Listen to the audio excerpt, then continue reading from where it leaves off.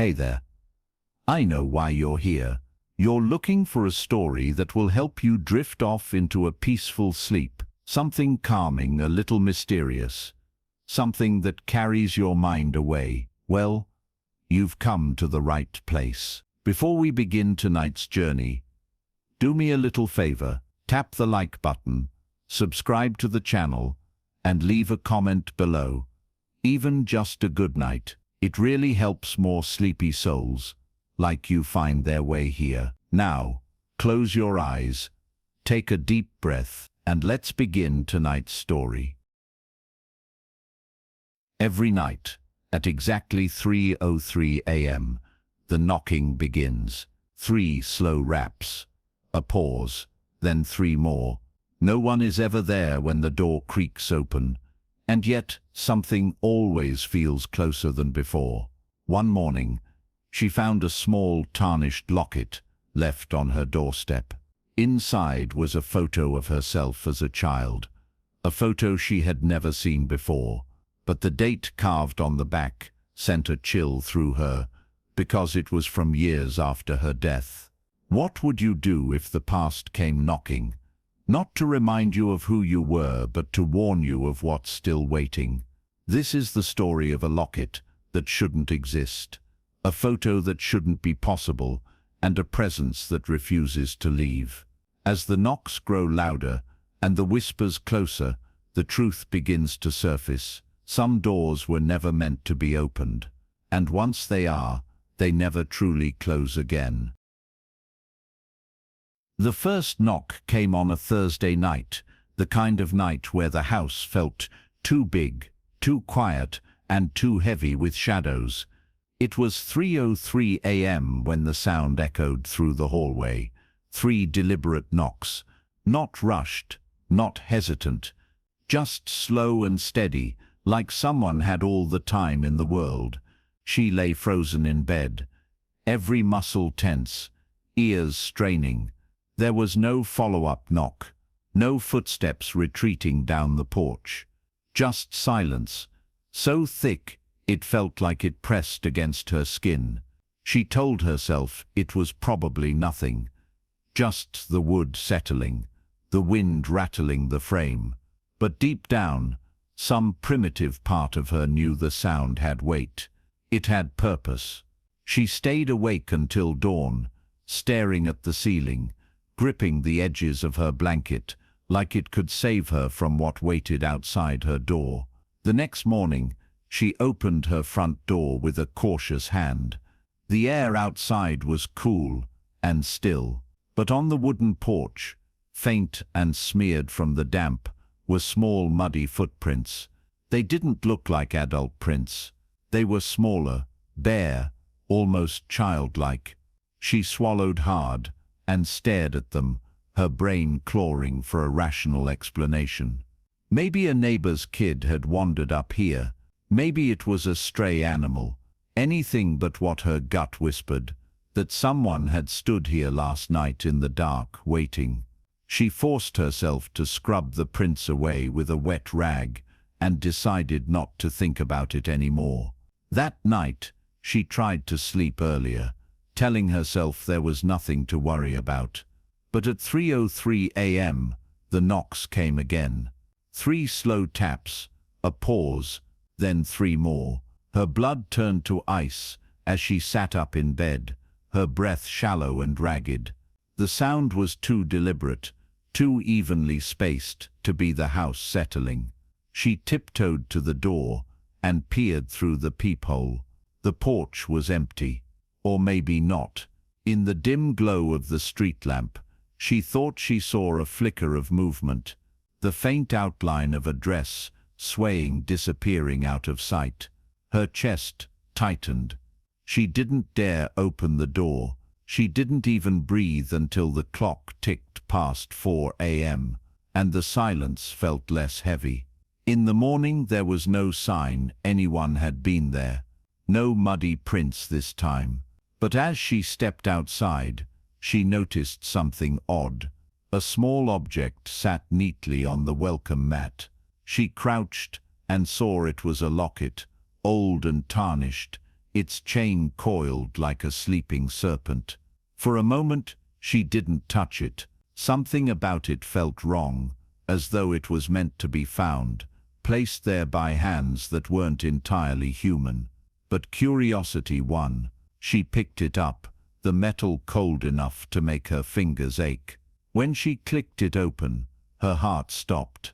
Inside was a photograph of her as a little girl, no older than 6, smiling brightly with a red balloon in her hand.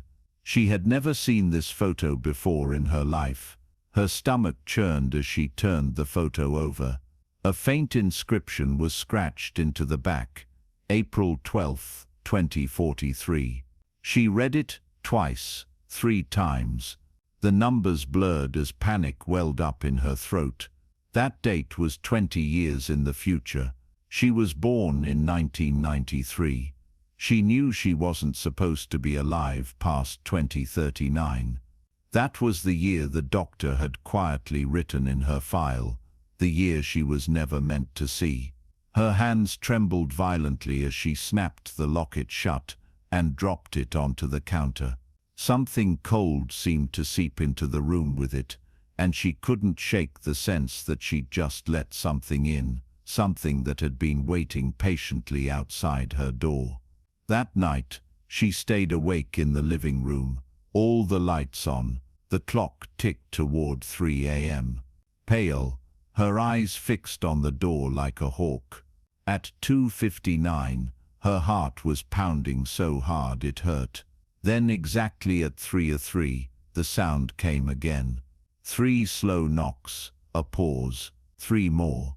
Her phone in hand, she started recording, hoping to capture something, anything to prove she wasn't losing her mind. But the only thing the phone picked up was her own ragged breathing. As she stared at the door, she thought she heard a faint rattle, like the sound of a chain dragging across wood. A whisper followed, almost too soft to hear. "Do you remember?" She covered her ears and pressed her back against the wall, praying for dawn. The hours dragged after the knocking stopped, but sleep never came. Even with every light blazing, every sound felt amplified. The hum of the fridge, the faint creak of floorboards settling under no weight at all. She clutched her phone like a lifeline, thumb hovering over the emergency call button, though she knew she'd never press it. How would she even explain? "Someone's knocking at my door at 3:03 every night, and they left me a locket with a photo from the future." It sounded insane, and yet the cold knot in her stomach told her this wasn't a prank, this wasn't ordinary. At dawn, she forced herself to get up and open the door. The porch looked normal, bathed in pale sunlight, but there, just at the edge of the doormat, was another set of prints, bare, child-sized, perfectly placed, like someone had stood still for a long time before vanishing into thin air. She backed away, slamming the door shut, her hands shaking so violently she nearly dropped her phone. She didn't leave the house that day. She barely moved from the couch, staring at the first locket where it lay on the counter like a sleeping animal. Its presence seemed to hum in the room, filling the air with a low, thrumming tension. She tried to rationalize. Maybe the photo wasn't from the future. Maybe the date was a mistake or a cruel joke. But she couldn't explain how the photo existed at all. She didn't remember ever posing for it. She didn't remember that day, that red balloon, or the faint shape in the background, tall and dark and blurred like a smudge. The longer she looked, the more it felt like it wasn't a trick of the camera but a figure, watching, standing so close to her younger self, she could almost feel its breath. She snapped the locket shut and shoved it into a drawer, telling herself she wouldn't look again. But even hidden away, she felt its weight pressing against her ribs like a heartbeat out of sync with her own. That night, she decided she'd stay awake again, just in case. She set her phone to record, propped against a lamp facing the door. At 3:03 a.m., right on schedule, the knocks came. 3 deliberate raps. Pause. 3 more. But this time, there was something different. A sound like fingers brushing lightly against the wood, scratching, testing. Her phone's screen flickered faintly. A voice followed, so faint it might have been imagined. "We remember you." She froze. Her breath came shallow and fast. The words didn't sound like a threat.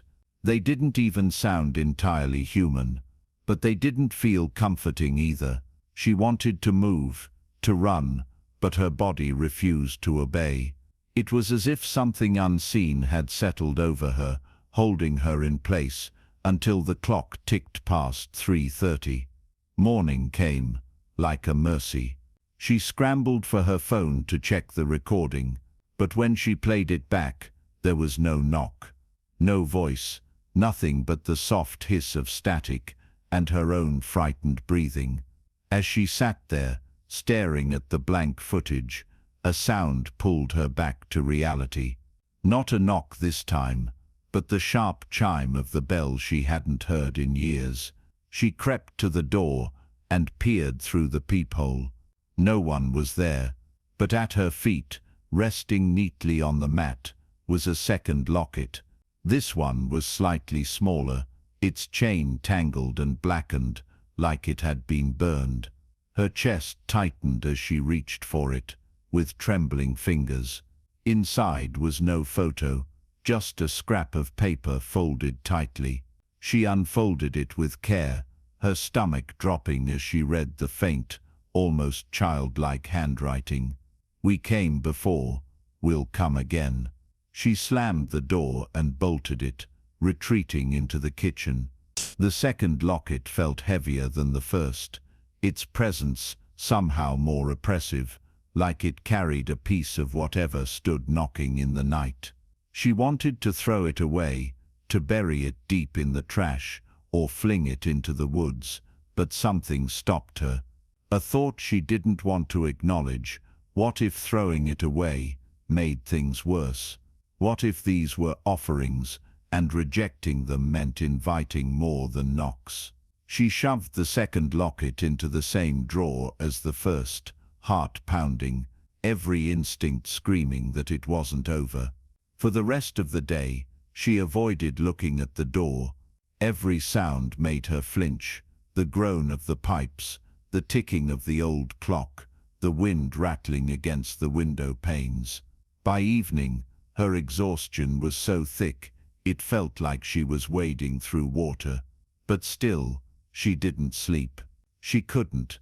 As midnight ticked past, the tension in the air grew heavier, electric, like a storm rolling in unseen. At 2:45 a.m., she heard it faint footsteps on the porch, slow and careful. She froze in place, listening as they stopped directly outside. The knocks didn't come at 3:03 this time. They came earlier, 3 slow raps. Pause. 3 more. And then a whisper so close it felt like it was inside the house. "Open and see." The whisper lingered in her mind like smoke, long after it stopped. "Open and see." She hadn't moved from her chair in hours, afraid even to breathe too loudly. She didn't dare check the peephole this time. She didn't dare speak. The air in the room felt dense, pressing down on her chest like unseen hands. It wasn't just fear anymore. It was certainty. Certainty that if she opened the door, something would be waiting. Not a person, not a child, but whatever had left the lockets and the muddy prints, whatever had been standing silently in the dark for 3 nights in a row. The clock ticked past 3:15, then 3:30. Still, she stayed frozen until pale light began to seep through the curtains. Only then did her limbs begin to move again, stiff and clumsy. At dawn, she crept to the door with a kitchen knife in one hand. Through the peephole, the porch appeared empty. No footprints this time, no shadow flickering past the edge of her vision. But when she cautiously opened the door, she saw it, resting squarely on the welcome mat, like a gift. A third locket. This one was older, almost antique, the metal warped and blackened as though it had been submerged in water for decades. Her hands shook as she picked it up. It was heavier than the others. Inside was a photo again, but it wasn't her as a child this time. It was her now sitting at her kitchen table, head bowed, hair falling over her face, in a way that looked heartbreakingly familiar. The photo was taken from outside a window, and in the background, barely visible, was a figure standing just behind the glass. She dropped the locket with a strangled gasp. The sound of the chain hitting the floor seemed to echo through the house. She backed away, heart pounding. As the realization sank in, the photo wasn't from the past. It wasn't even from the future. It was from last night.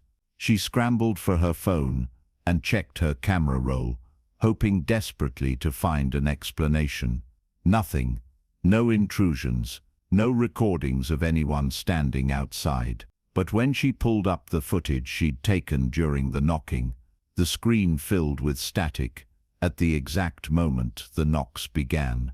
A faint outline flickered through the distortion, tall, indistinct, standing at the edge of the porch like a shadow that didn't belong. She deleted the video in a panic, though she wasn't sure why. Maybe to convince herself it wasn't real. Maybe to keep from seeing what else might be hidden in the frames. She didn't sleep that night, or the night after. Days blurred into each other, each one heavier than the last.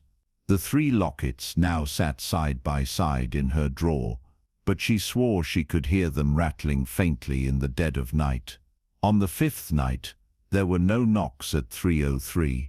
For the first time in nearly a week, silence filled the house. But it wasn't comforting, it was suffocating. Like the air before a storm, she stayed awake until dawn, her eyes raw from staring at the door. When morning came, she cautiously peeked outside. Nothing, no footprints, no locket, just stillness. She almost allowed herself to believe it was over. But at 9:17 a.m., the doorbell rang. It was such a normal sound that it took her a moment to process. She tiptoed to the peephole and looked out. No one, just an envelope lying on the mat. She opened the door with trembling hands and snatched it inside. The paper felt oddly warm, like it had been held too long in human hands. Inside was a single sheet with words scrawled in the same childlike handwriting. 2043 isn't the end. Don't forget us. At the bottom was a crude drawing of a stick figure holding 3 balloons. She stared at it until her vision blurred, her thoughts a swirl of confusion and terror. What did they mean? How could a photo exist of her in a year she wasn't supposed to see? And who or what was leaving these things? That evening, she called her mother.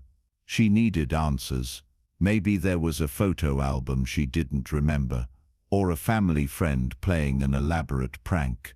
Her mother answered after 3 rings, her voice warm but weary. "Honey, are you all right? You sound different." She told her about the locket, the photo, the date, the knocks. There was a long pause on the other end of the line. "I don't know how to say this," her mother said finally, her voice thin. "But I think I've seen that photo before. Years ago, the day of your 6th birthday party, before the fire." Her stomach turned to ice. "Fire? What fire?" But her mother's voice cracked as she whispered, "We don't talk about it. You don't remember because you weren't supposed to." The words echoed in her head long after the call ended. "We don't talk about it. You don't remember because you weren't supposed to." She stared at the phone in her hand until the screen dimmed, her reflection staring back like a stranger. A sickly wave of nausea rolled through her, as pieces of memory she didn't know she carried began to stir, flashes of heat, smoke curling into a ceiling she couldn't see, and a faint sound of someone knocking, not on a door, but on a window. She pressed her palms to her temples and squeezed her eyes shut. Nothing came but static. And yet, in the pit of her stomach, she knew the fire was real, and somehow it wasn't finished with her. That night, she couldn't bring herself to sit in the living room or in her bedroom. She drifted aimlessly through the house, carrying her phone like a talisman, ears straining for the sound she feared and expected in equal measure. At 2:50 a.m., the air grew heavy again, and with it came a subtle shift, a faint rattle like chains dragging across wood, a distant breath that didn't belong to her. She pressed herself against the wall, clutching her phone so tightly, her knuckles whitened. The sound stopped. Then, at 3:03, 3 knocks, slow, deliberate. This time, the sound wasn't confined to the door. It seemed to echo through the walls themselves, surrounding her. She bit back a scream, her pulse pounding in her ears, and then a whisper came, not from the door, but from behind her. "Do you remember now?" She spun around, heart in her throat. No one was there, nothing but the dim glow of her hallway light, stretching long shadows across the floor. She backed toward the kitchen, her movements clumsy, desperate, her mind screaming to run, even though her legs wouldn't obey. Another whisper, closer this time, almost tender. "We were waiting." At dawn she finally dared to open the door. No footprints, no envelope, but a fourth locket lay directly on the threshold, its chain wound tightly around itself, like it was strangling the pendant. She didn't want to touch it. She didn't want to know what was inside, but her hand moved on its own, fingers trembling as they pried the locket open. Inside was another photo, not of her this time, but of her house. The picture was taken from across the street in the dead of night. In the upstairs window, her silhouette was visible, standing, staring blankly into the darkness. Behind her in the photo was a tall figure, faint and blurry, leaning so close it seemed to be whispering in her ear. She dropped the locket, heart pounding in her throat. It clattered on the floor and rolled under the couch, but she couldn't bring herself to retrieve it. Instead, she backed away slowly, hands covering her mouth, as if to keep whatever was in the house from hearing her breath. She ran to her bedroom and locked the door. The next evening, her phone vibrated violently on the table. No caller ID, just a single message flashing across the screen. "Let us in." She deleted it instantly, but the words burned into her mind like an afterimage. She shut off her phone and buried it under a pile of clothes, though she knew it wouldn't matter. The knocks didn't need technology to find her. That night, she heard them again. 3 slow raps, pause, 3 more. But this time, the sound came not from the front door, but from inside the house. The knocking moved from wall to wall, door to door, circling her bedroom like a predator testing its prey. And with each round, the voice grew louder. "We came before, we'll come again." She pressed her back against the farthest corner, knees drawn to her chest, heart hammering, so violently she thought it might burst. The air turned icy, her breath misting in the dark, and then silence. When morning broke, the house felt still again, too still. She stepped cautiously into the hallway and froze. Every door in the house, closets, cabinets, even the front door, stood wide open. On the kitchen counter sat all 4 lockets, perfectly aligned in a row. Their chains were tangled together like roots, and in front of them lay a single sheet of paper. It read, April 12th, 2043. Your door will open. She didn't remember walking to the sink. She didn't remember throwing up until her knees gave way. The paper was gone when she staggered back, but the lockets remained, their open faces turned toward her, like eyes that never blinked. And somewhere deep in the walls of her home, she thought she heard it again. 3 slow knocks. A pause. 3 more. The house felt different now. It wasn't just the silence, it was the sense of presence in every room, every hallway, even in the narrow spaces between breaths. For the first time in days, she left the 4 lockets on the counter, refusing to touch them again. But it didn't matter. Wherever she went, she could feel them, heavy, unseen, watching her with a weight that seemed to press down on her shoulders and drag at her thoughts. She tried calling her mother again, but every attempt ended the same way, the line cutting off with a burst of static, as though something had taken hold of her signal and strangled it.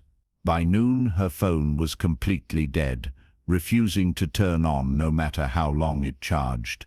She didn't go outside. She didn't check the doors. Even the blinds remained closed. But she still felt exposed, as if invisible eyes were watching her through walls that should have been solid. Sleep came in snatches, brief moments of darkness, interrupted by whispers at the edge of hearing. Do you remember? We do. The words drifted like smoke, indistinct yet impossible to ignore. Once, she thought she felt fingers brush her hair. When she jerked awake, there was nothing. Just the sound of the clock ticking past 3:03 a.m. The house, utterly still, but somehow alive. On the 3rd day, the lockets disappeared. One moment they were there on the counter, tangled together like coiled snakes, and the next, they were gone. She searched every drawer, every corner of the house, but there was no sign of them. Relief was her first reaction, a fragile, trembling kind that barely lasted a heartbeat. Because that night, at precisely 3:03, the knocking returned. Not on the front door this time, not on the walls, but on her bedroom door. 3 slow raps, pause, 3 more. Her chest felt like it was collapsing inward. She didn't move. She didn't breathe. Another knock, this one softer, almost gentle, like the knuckles of a small hand. She pressed her ear to the door, every nerve in her body screaming against the decision. The faintest sound reached her, breathing, shallow, rhythmic, just on the other side of the wood. She bit down hard on a scream and stumbled back, clutching her mouth. The breathing stopped abruptly. Then came the whisper. Open. The next morning, she found a note slid under her door, a torn scrap of yellowed paper with a single sentence written in the same childlike scrawl. The locket was never for you. It was for us. Her stomach lurched violently as she read it, over and over. For us. Who were they, and why did they want her to remember?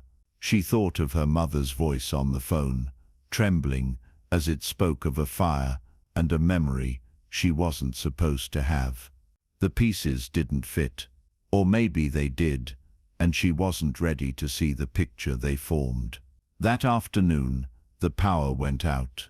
The lights died first, then the hum of the refrigerator, then the clock on the oven. Her home became a tomb of stillness. Even her watch had stopped, its second hand frozen at 3:03. In the suffocating quiet, she swore she heard the faint sound of a chain dragging along the floor upstairs. But she hadn't been upstairs in days. She didn't plan to now. Instead, she curled up in the corner of the living room, hands over her ears, whispering to herself that dawn would come soon, that this wasn't real. But at 2:50 a.m., she heard it again. Footsteps, slow, deliberate, descending from the second floor. They stopped at the bottom of the stairs. Then the knocking started, this time on the living room walls. 3 knocks. A pause, 3 more. Her vision blurred as terror gripped her like a vice. She pressed herself further into the corner, unable to look away from the dark hallway that stretched to the front door. A final whisper drifted out, so soft it might have been imagined. "We never left." The morning after the whispers, the house was too quiet again, not a peaceful quiet. This was the kind of stillness that seemed to listen, to wait. She moved cautiously from room to room, as though expecting to find someone or something lurking in a corner. The lockets were still missing, but their absence didn't ease the oppressive weight pressing down on her chest. Instead, it felt like the entire house had exhaled and was holding its breath, anticipating her next move. In the kitchen, her phone lay lifeless on the counter, but a faint buzzing sound made her heart lurch. The screen flickered weakly, once, twice, then went black again. When she picked it up, she saw a hairline crack across the glass that hadn't been there before. It felt warm to the touch, almost pulsing like a living thing. For hours she sat motionless, clutching her knees to her chest as daylight bled weakly through the curtains. Her mind kept circling back to the note. The locket was never for you. It was for us. Who was us? And why had they chosen her home, her life, to press themselves against? She wanted answers, but she couldn't bring herself to call her mother again. Something told her she wouldn't get through. Something told her she wasn't meant to. When night fell, the air grew heavy as it had before, thick, charged, smelling faintly of smoke, and something metallic. She didn't check the time anymore. She didn't need to. The knocks came earlier than before. 2:45 a.m., 3 slow raps, a pause, 3 more. This time they came from her bedroom closet. The sound was impossibly deep, as though coming from a space far larger than the small, cramped area behind the door. Her hands trembled violently as she stared at the doorknob. It twitched slightly, as if tested from the other side. Then a faint voice whispered, almost sing-song, "Peekaboo, we see you." She bolted from the bed and fled to the bathroom, locking herself inside. Her breath came fast and shallow as she pressed her back to the cold tile wall, her ears straining for any sound. For hours there was nothing but her own panicked heartbeat. By dawn, she dared to crack open the bathroom door. The house was still, but as she stepped cautiously into the hallway, she saw it. A single muddy footprint in the center of the floor, bare, child-sized, but larger than the prints she'd seen on her porch. The mud trailed faintly toward her bedroom door, then vanished. She wanted to run, but where would she go? The outside world felt just as alien now, as though she was tethered here, by fear, by the lockets, by whatever was slowly unraveling her life, thread by thread. Later that afternoon, she forced herself to the attic, searching for anything, old photo albums, forgotten boxes, that might explain the fire her mother spoke of. Dust clung to her fingers as she rifled through cracked cardboard and faded memories. At the bottom of one box, she found a photograph, yellowed and curling at the edges. It was her family, her mother, her father, and herself as a little girl. She was holding a red balloon in one hand, her other hand raised as though waving. But in the background, near the corner of the photo, was a tall, shadowy figure. Its face was blurred beyond recognition, but there was no mistaking its presence. a shape too distinct to be a trick of the light. Her stomach turned, she flipped the photo over, and her blood ran cold. Scrawled faintly in pencil were the words, April 12th, 2043. We remember. She dropped the photo and stumbled back, her mind reeling. How could the same date appear here, decades old, written before she was even born? And why did the words echo so perfectly the whispers in the night? That evening, as the house grew dim, she heard it again, this time not knocking, but the sound of small feet running lightly across the floor above her. She froze in place, every muscle locking tight. The footsteps stopped, directly above her head. Then a soft, deliberate whisper drifted down. We're closer now. The footsteps above her head didn't move again. They simply stopped. It wasn't a retreat or a rush toward the stairs. It was a stillness so sharp, it cut through her nerves like glass. She sat frozen on the couch, every muscle locked, her eyes fixed on the ceiling, as though staring hard enough might anchor her in place. But her mind refused to settle. It churned with half-formed memories, flashes of heat and darkness, and someone calling her name through a haze of smoke. The clock on the wall ticked faintly at first, then stuttered, then stopped entirely. She looked up and saw the hands frozen at 3:03. It was as if time itself had been caught in a loop, a cruel reminder that whatever haunted her wasn't bound by the rules of the world outside. The humming started softly, barely audible at first. It was a child's tune sung just off-key, like someone remembering a melody from long ago but not quite getting it right. The sound drifted down from the attic and slipped beneath her skin, filling her with a cold dread that settled deep in her bones. She clamped her hands over her ears, trying to block it out, but the tune seemed to vibrate inside her skull. She could almost recognize it, though something from childhood, a lullaby perhaps, but the memory refused to come fully into focus. The sound grew louder, closer, as if whoever was humming had begun descending the attic stairs. She felt her stomach turn to ice. The air thickened, a metallic tang rising in her throat, like the taste of blood. Her breath came in shallow gasps. She didn't dare move. Then came the knock.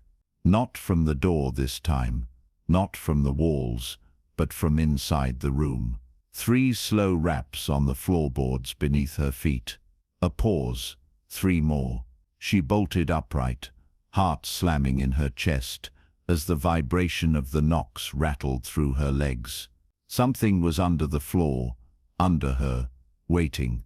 She staggered back, pressing herself against the far wall, as tears stung her eyes. The humming stopped. For a moment silence pressed down so thick it felt like being buried alive.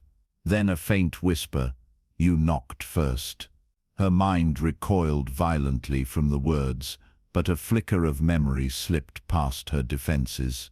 She saw herself as a child, pounding her fists against a door in a narrow hallway choked with smoke, screaming for someone to let her in. The memory was so vivid, it felt like she could smell the burning wood, feel the searing heat against her skin. She pressed her hands to her head and shook it violently. No, that wasn't real. It couldn't be. Her mother had never spoken of a fire, only a faint mention during that one trembling phone call. She forced herself to breathe, to focus, but the air in the room was so cold, her breath came out in pale clouds.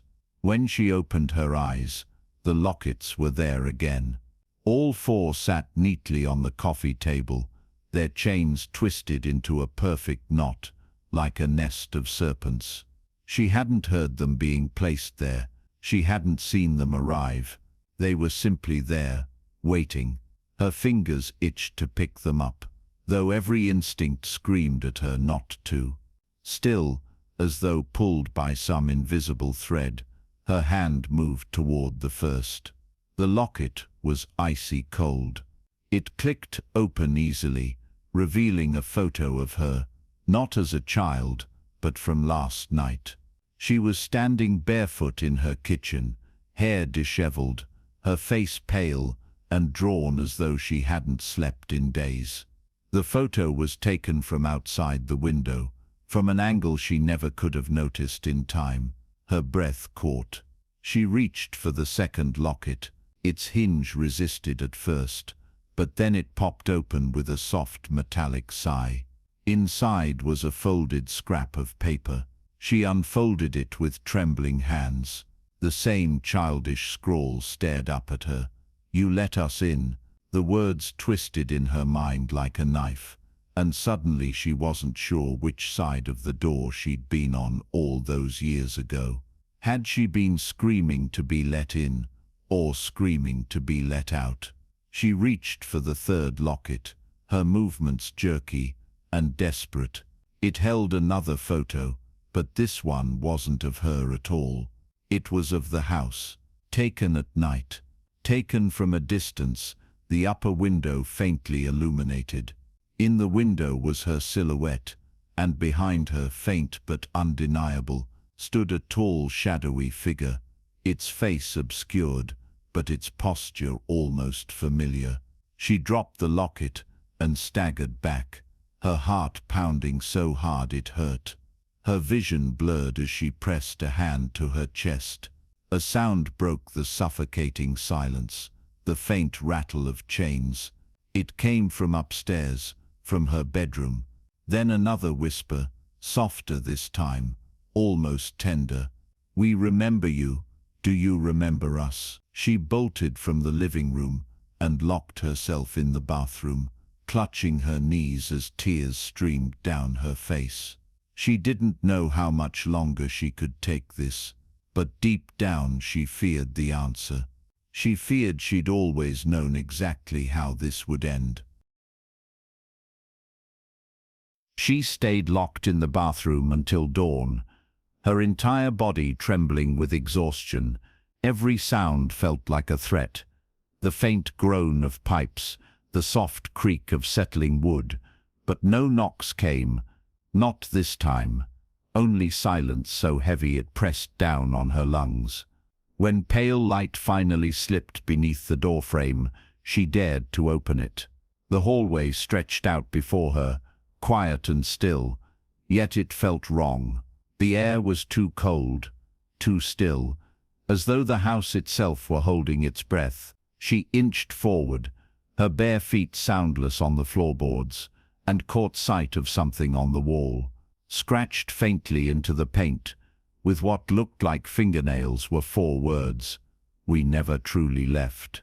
She staggered back, her throat tightening. The letters were uneven, childlike, as though carved by small, trembling hands. Below them, tiny, muddy footprints led down the hallway, stopping at her bedroom door. The door was ajar now. She didn't remember leaving it that way. She didn't want to look, but as if pulled by an unseen force, she crept forward until she could see inside. The room was empty. Almost. On her bed lay the 4 lockets, chains entwined tightly, like a noose. They weren't neatly arranged anymore. They were twisted together violently, as though something had tried to tear them apart and failed. Her breath caught as she saw something new inside each locket. Not photos, not notes, but tiny clumps of hair. Her hair curled like delicate spiderwebs within the metal frames. She backed away in horror, her knees weak. As she stumbled, a faint sound stopped her cold. Breathing. It wasn't hers. It came from the closet. 3 slow knocks rattled the thin wooden door. A pause, then 3 more. Her vision blurred as her heart hammered violently against her ribcage. She wanted to run, to scream, but her body refused. Another knock, softer this time, almost coaxing. And then a voice, low and filled with something she couldn't name. Grief, longing. "You forgot us." Tears blurred her vision as flashes of memory slammed into her.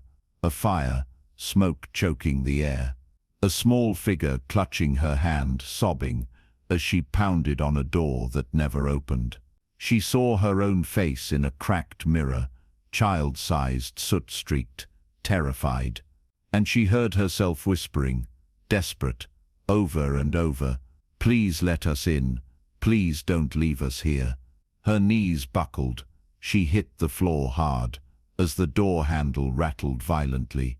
The whisper came again, right against her ear this time, though no one was there. "We burned, and you forgot." Then the knocking stopped. The house fell silent. When she finally dared to look up, the closet door stood open. The darkness beyond seemed impossibly deep, stretching farther than the small space should allow. She crawled backward out of the room, her breath ragged, tears streaking her face. But even as she fled, a final message was waiting for her. Scrawled across the hallway wall, in faint ash, was a single sentence. April 12th, 2043. Your turn. She didn't understand at first. Then she remembered the date etched on the back of that first locket. The date of her death. The date they said she would join them. Downstairs, her phone vibrated weakly on the floor where she'd left it. She crept toward it with trembling hands and saw a single new message glowing on the cracked screen. "Will you knock back?" And then the screen went black. The house no longer felt like hers. It was as if each room had been rewritten in the night, walls breathing faintly, floors stretching longer than she remembered, the ceilings looming like the vault of some ancient crypt. Even the air was wrong. It carried a faint metallic tang, a taste she could feel at the back of her throat, clinging no matter how much water she drank. She hadn't slept for more than an hour at a time in days. Each time her eyes closed, the images returned. A narrow hallway choked with smoke. The sound of children crying. Her own small fists pounding desperately on a door that refused to open. Sometimes she heard her own voice, hoarse and ragged, screaming, "Let us in, please let us in." But the worst part wasn't the memory. It was the faint, gnawing certainty that the door hadn't stayed shut because no one was home. It stayed shut because she had chosen not to answer. She spent hours sitting rigidly at the kitchen table, afraid to leave the small circle of light from the overhead bulb. The 4 lockets were back again, lying side by side like watchful eyes. Their chains no longer tangled, but stretched out in parallel lines toward her, as if inviting or demanding her touch. She didn't dare move them this time. She didn't dare look inside. Yet even from here, she swore she could hear a faint ticking coming from within them, like tiny hearts beating in unison. Her phone, cracked and dying, vibrated weakly on the counter. She ignored it at first, but when it buzzed a second time, something in her chest tightened. Against her better judgment, she picked it up. The screen flickered to life and displayed a message from an unknown number. "It's time to remember. It's time to come home."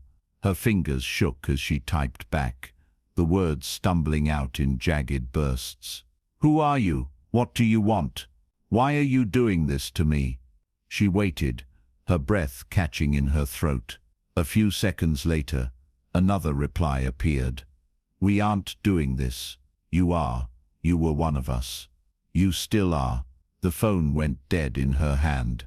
She dropped it as if burned and pressed her hands to her face. Her skin felt cold and damp. Her memory clawed at her like a living thing, pulling her back into images she wanted desperately to reject. The fire wasn't new. It had happened. She could smell it now. sharp and acrid, mingling with the faint scent of old ash that never seemed to leave the house. She flinched as one of the lockets clicked open on its own.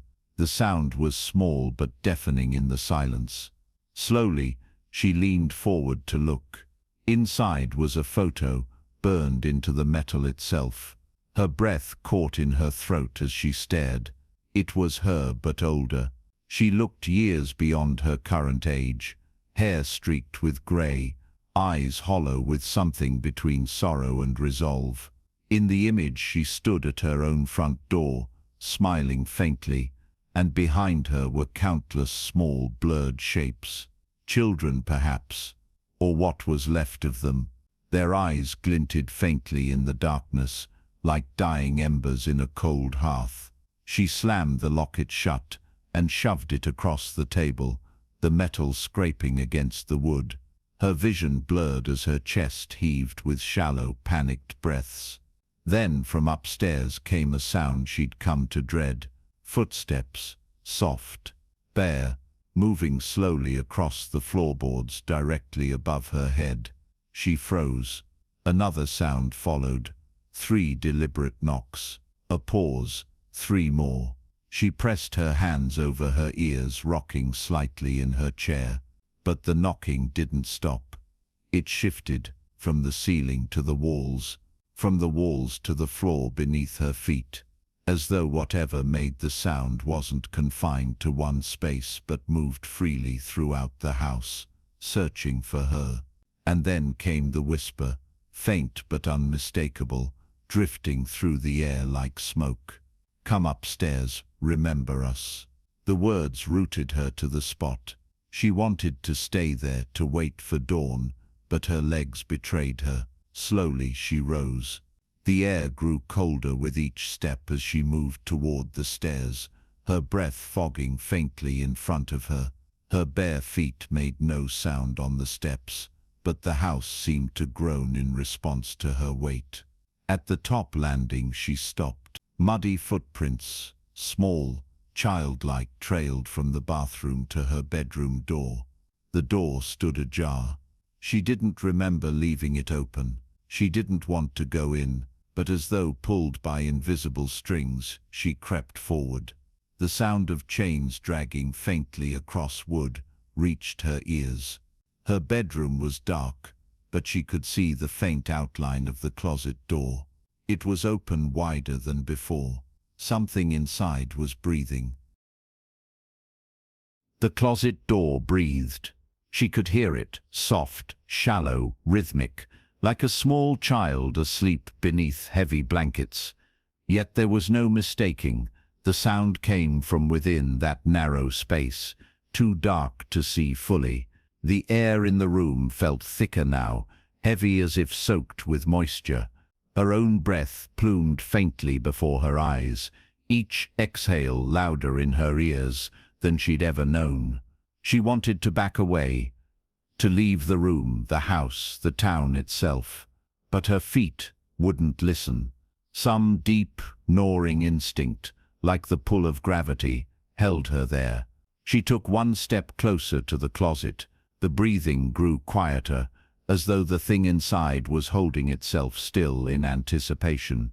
Then came the whisper, "We waited for you." Her knees weakened, and she gripped the doorframe for balance. It wasn't the first time she had heard the voice, but now there was a sharpness to it, a faint edge of hurt, like the way a child's voice quivers when it's on the brink of tears. Another step, and the chains inside the closet rattled faintly. She could see them now, thin, rusting links that seemed impossibly long, trailing from the depths of the shadows. Something shifted, barely visible, and she caught the glint of eyes, small, multiple pairs, watching her with a stillness that felt unnatural, patient, hungry. A memory sliced through her like a knife. Small hands clutching at her legs as smoke choked the air. A voice sobbing. "You said you'd save us. You promised." She shook her head violently, whispering to herself, "No, no, that wasn't me. I don't remember, that wasn't me. But deep down, a part of her knew it was. The lockets clattered against the bedside table suddenly, making her jump. She turned to see them lying open, all four, as if on command. Inside, new images stared back at her. One showed her childhood home, flames devouring it as small figures pressed against the windows from inside, their faces distorted in horror. Another held a close-up of her face as a child, wide-eyed and tear-streaked, her tiny hands blackened with soot. The third locket displayed a photo she couldn't comprehend, her adult self lying on the floor of her current bedroom, eyes wide open, but utterly lifeless. Written in the margin was a date, April 12, 2043. Her death. She recoiled, clutching at her chest as nausea rolled through her. The fourth locket was empty. No photo, no words, just the faint scent of smoke wafting from within. She stumbled backward, desperate to leave the room, but as she reached for the door, the air shifted. The breathing inside the closet grew louder, ragged now, as though whatever waited there was excited. The voice spoke again, louder this time, more insistent. "Don't forget us again." The words sent a shock through her. She ran, tearing down the stairs 2 at a time, barely noticing how the house seemed to groan around her. The air was thick with the scent of ash, and something else, something sweet and cloying, like rotting flowers. She didn't stop until she reached the kitchen. There, on the table, her phone was vibrating again. The cracked screen flickered weakly as another message appeared. "We're almost here. Will you knock?" Her hands shook violently as she typed back, tears blurring her vision. "Who are you? What are you?" The reply came instantly, words appearing one at a time in an agonizing crawl. "Family, lost, waiting." She dropped the phone as though it had bitten her. The screen went black again. The house fell silent. For a long moment, she could only hear her own ragged breathing and the pounding of her heart. Then the knocking began. Not at the door, not in the walls. It came from inside the house. The knocking did not stop. It moved through the house, like a restless tide, swelling and retreating in rhythm. 3 sharp strikes, followed by silence, so heavy it seemed to crush the air out of her lungs.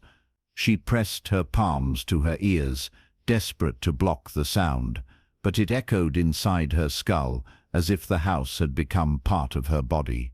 Her vision blurred, and for a terrifying moment, she wasn't sure if she was still awake. The edges of the room wavered like a heat haze.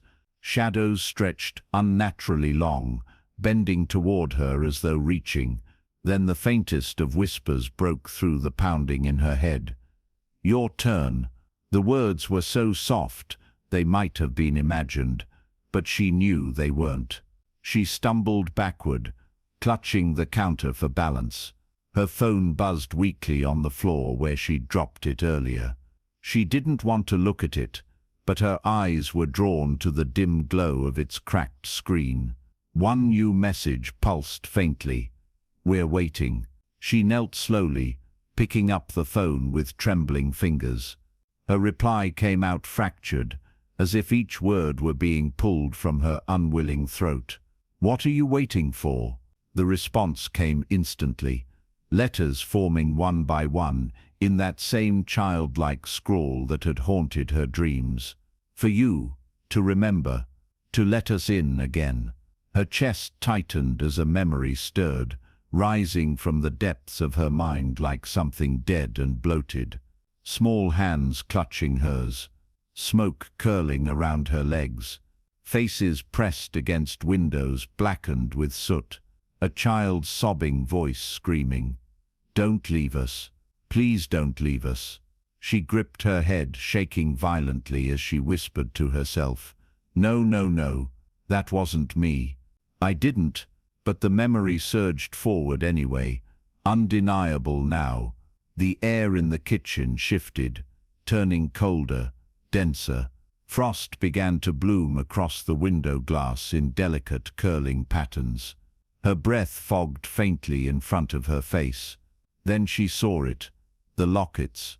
They were on the table again, arranged in a perfect circle like a ritual offering. One of them clicked open with a sharp metallic snap. She didn't want to look, but her eyes disobeyed.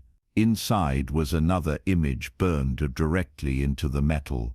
Her older, standing in her bedroom doorway surrounded by shadowy figures with small, indistinct faces. She was smiling faintly, but her eyes were hollow, glassy. It was the same faint smile from the previous locket, only now the figures pressed closer, their outlines more solid. She slammed the locket shut and staggered back. The footsteps above her started again. Not one pair, several, small, rapid feet darting back and forth across the floorboards. Then the dragging sound began, chains scraping across wood, slow and deliberate, as though something heavy was being pulled closer. Her body screamed for her to run, but her legs wouldn't move. A single tear rolled down her cheek as she heard the voice again. Closer now, louder, almost pleading. "You knocked first. It's your turn." The phone in her hand buzzed violently, startling her. Another message appeared. "Will you open the door this time?" Her fingers hovered over the screen. She didn't know what answer they wanted. Her chest felt as if it were being crushed under an invisible weight. Somewhere deep in the house, a door creaked slowly open. She thought it might be the front door at first, but then she realized it was coming from upstairs. The memory slammed into her like a blow. She saw herself young, desperate, pounding on a door that would not open. Behind her, smoke billowed and flames licked at the walls. She could hear coughing, sobbing, small voices. "You promised. You said you'd come back for us." The guilt clawed at her insides. Her knees buckled, and she fell to the kitchen floor, gasping for air. She couldn't tell if the smoke in her lungs was from the memory or something seeping into reality. The lockets began to rattle violently on the table. Their chains twisted and knotted together, forming a tangled mass that seemed to writhe like a living thing. One by one, they burst open, each revealing a different image of her at various ages: child, teenager, adult. In every picture her eyes were wide, her mouth open as though screaming, and behind her in each image were the same blurred figures, drawing closer each time. The final locket held no photo, just ash. Then came the knock. Not three, just one, heavy, slow, from the kitchen door behind her. She turned, every muscle in her body screaming to flee, but she couldn't. Her feet stayed rooted to the floor. Another knock followed, and then a voice, louder now, coming from just beyond the door. "Will you knock back?" The knock came again, louder this time, vibrating through the floorboards and up her spine. It was no longer just a sound, it was a command, an impossible weight, pressing her forward.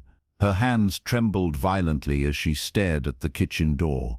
Frost was spreading across its surface, cracking and splintering the wood like veins beneath pale skin.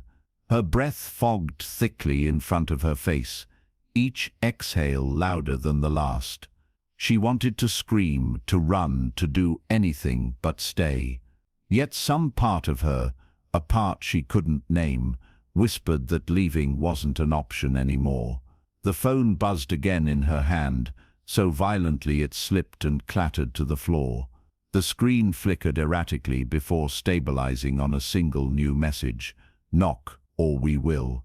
Her chest tightened until it felt like her ribs might snap. She stumbled forward, feet dragging against the cold tiles. When she reached the door, her fingers hovered over the knob. The air was so cold now that her skin stung. From beyond the door, faint breaths hissed in and out, too many to count. Children. Waiting. She pressed her ear against the wood, and for a moment all she could hear was the sound of small hands brushing faintly against the other side. Then a whisper, "We burned because you didn't answer." Her mind recoiled. No, that's not true. I was a child too. I couldn't, but the memory surged again. Unstoppable now. The fire, the choking blackness. She was pounding on a door, screaming, until her throat was raw. Behind her, small voices wept and screamed as flames ate the walls.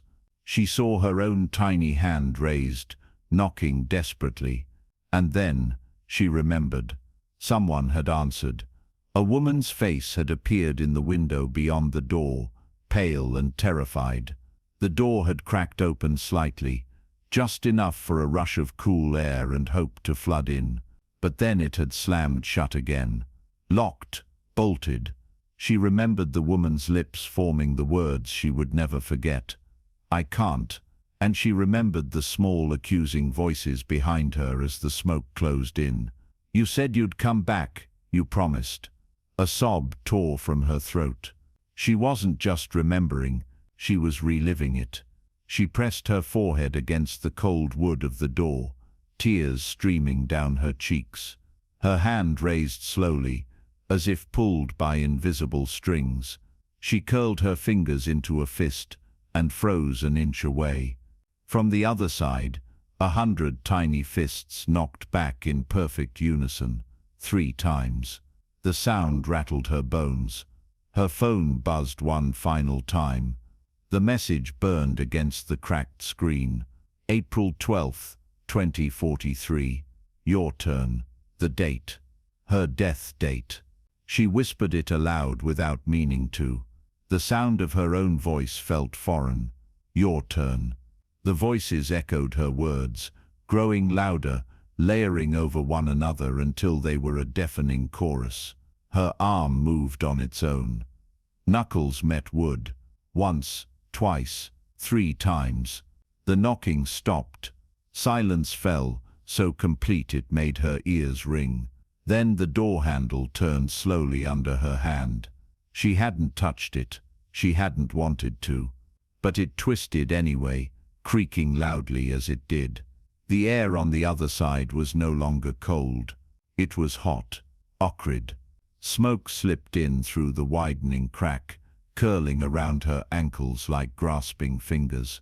And then she saw them, small faces, streaked with soot, eyes glowing faintly like embers in the darkness, hands reaching forward.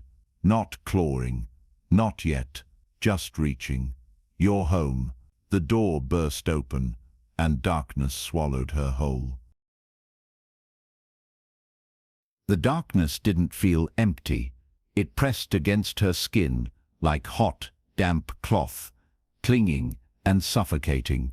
She couldn't see the room, couldn't even tell if she was standing or falling. There was only the scent of smoke and the faint hiss of breathing, not her own. Small hands brushed against her arms, her neck, her hair, fingers so cold they burned. She wanted to scream, but her throat felt locked tight, as though someone had wrapped invisible cords around her vocal cords and pulled. Then the voices came, soft at first, then louder, surrounding her in overlapping whispers. "We're still here. We never left." "Why did you?" Her heart pounded violently, threatening to split her chest. She reached out blindly, desperate for something solid, but her hands found only air and the occasional brush of icy fingers. The whispers grew faster, rising to a chorus of children's voices crying, laughing, screaming all at once. Her own memories folded in over them, the sound of cracking wood, heat blistering her skin, small hands pulling at her sleeves as she screamed at the door that wouldn't open. "You promised. one voice said distinctly, high and broken, a child on the brink of sobs. "You promised you'd let us in." A dim light flared in the distance, faint and flickering like a candle struggling against wind. She staggered toward it, her steps heavy as though wading through water. Each movement brought more of the memory crashing back. She saw herself, so small, face streaked with soot, holding a locket tight against her chest as she pounded with tiny fists on a neighbor's door. She heard the voice again, the woman's terrified whisper, "I can't." And then the crack of the lock sliding shut. The light brightened, revealing faint outlines of walls around her now, narrow, warped, blackened with soot. She was back in that hallway, but this time she wasn't a child. She was herself. The lockets were waiting on the floor ahead of her, chains tangled like vines, metal faces open to reveal the images inside. One showed her lying on her kitchen floor, unmoving. Another showed her standing in her bedroom doorway, the shadows pressing closer behind her. The third was worse.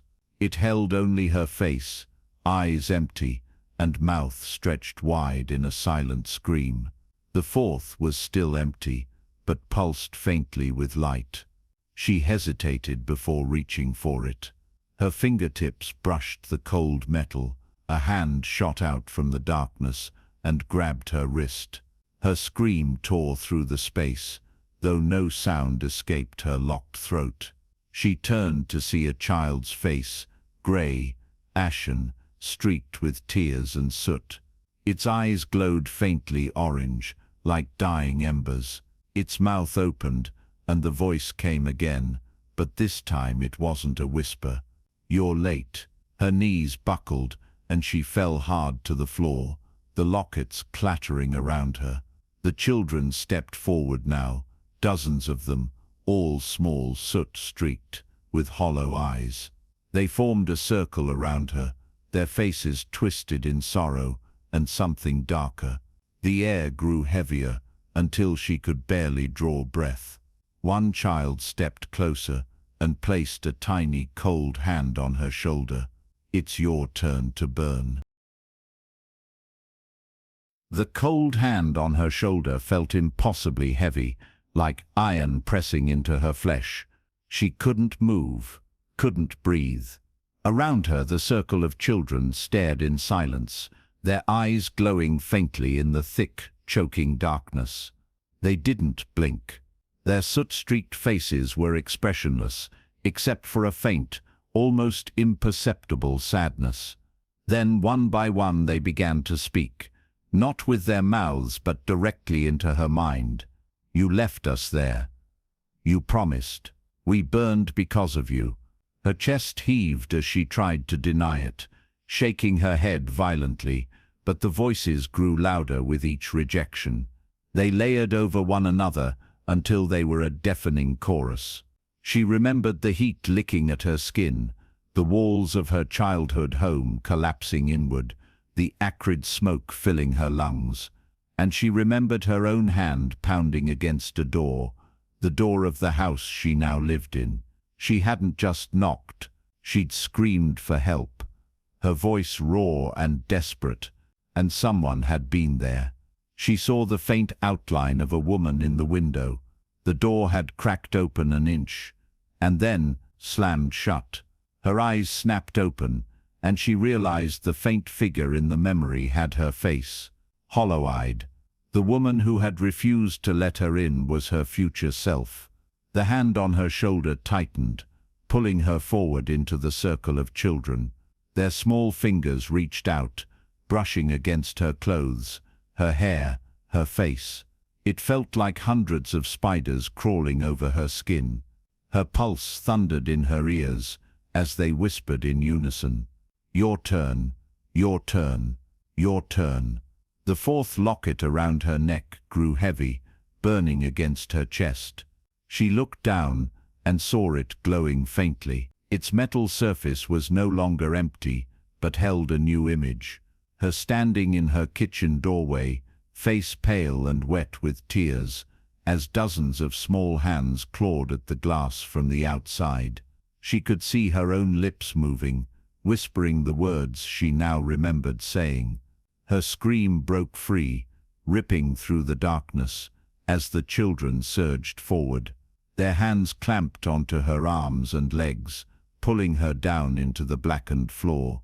She struggled violently, but the surface beneath her softened like tar, swallowing her limbs one by one.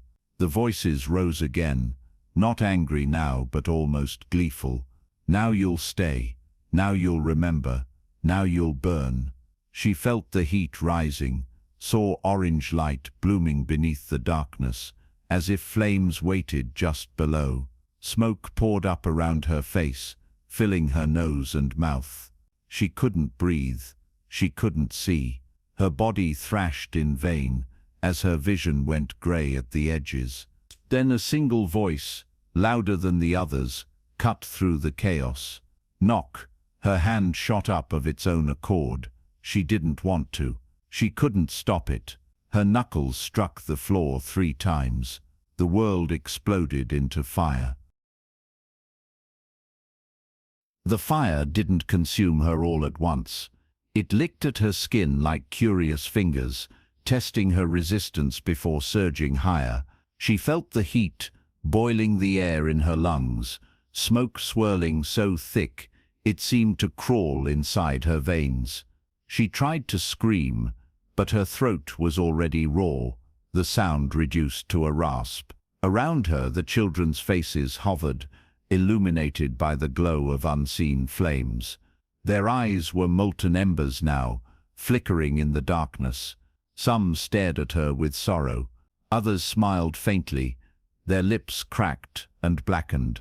Their small voices layered into a chant that made her blood turn cold, despite the searing heat. She burned us. Now she burns. The tar-like floor had claimed her legs up to her knees. It was pulling her down steadily, no matter how she clawed at the surface. Her fingernails broke against the hardened, blackened texture. Every breath tasted of ash and old grief. This isn't real, she told herself. It can't be real. But the pain was real enough. The smell of burning hair, of charred flesh, was unmistakable. And in her chest, that small voice, her own voice, whispered the words she had been trying to forget since the first knock. You didn't answer the door. The 4th locket around her neck glowed white-hot, now branding her skin beneath it. Her vision blurred as new images seared into her mind. She saw herself in every one, always at a door, sometimes on the inside, ignoring frantic knocks from outside, sometimes on the outside, pounding her fists until her knuckles split and bled. In each, the faces beyond the threshold were different, but the cries were always the same. Let us in. The children's hands pulled harder now, their fingers digging into her arms and shoulders. They were no longer cold, they burned like embers. Her skin blistered where they touched her, and the scent of charred fabric filled the thick air. She wanted to beg, but she didn't know who to beg to. Her voice, when it came, was weak and cracked. I didn't mean to. I couldn't save you. A dozen voices hissed back in unison. We didn't ask to be saved. We asked to be let in. The floor gave way beneath her suddenly, and she plunged downward into a choking darkness. For a moment, there was nothing but silence. Then she hit something hard. The impact knocked the breath from her lungs. She lay there gasping, staring up at a ceiling she didn't recognize. Pale light flickered from an old, cracked bulb. The air was cold again, no trace of fire, but the smell of smoke lingered faintly, woven into the wood and plaster like an ancient memory. She pushed herself up slowly. Her clothes were unburned, her skin whole, unblistered, but the locket still glowed faintly against her chest. She was in a room now, a familiar one. Her childhood bedroom, the wallpaper peeling in long, curling strips. The old dresser still leaning crookedly against the far wall. And there, on the bed, lay her own body. It was her, but older, hair streaked with grey, eyes sunken and glassy. The chest did not rise and fall. Her hands clutched a locket, identical to the one burning against her own skin. She stumbled back, bile rising in her throat. A calendar hung crookedly on the wall beside the bed.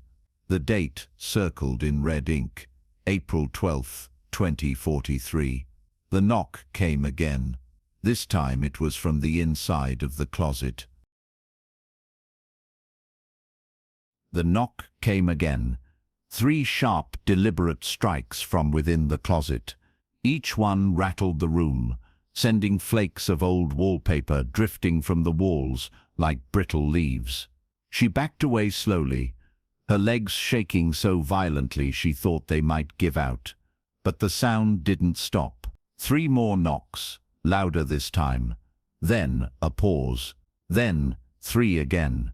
The cadence was the same as before, the same pattern that had started it all, the knocking that had never truly left her. Her gaze darted to the bed, where her older self still lay motionless, clutching the locket in stiff, lifeless fingers.